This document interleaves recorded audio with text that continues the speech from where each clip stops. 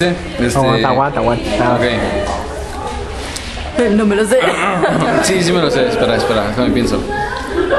Está bien. Una vez hicieron un concurso de policías, ¿no? Y están los federales de México, el Army de Rusia y el ejército de los Estados Unidos. Entonces,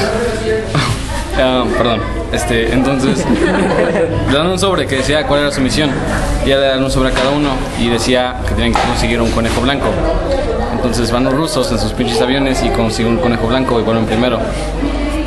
Entonces ganaron ellos, después llegaron los gringos y ya quedaron ellos en segundo. Luego 2 días después llega México, los federales, y llegan con un oso polar, con un oso polar en la caja de atrás.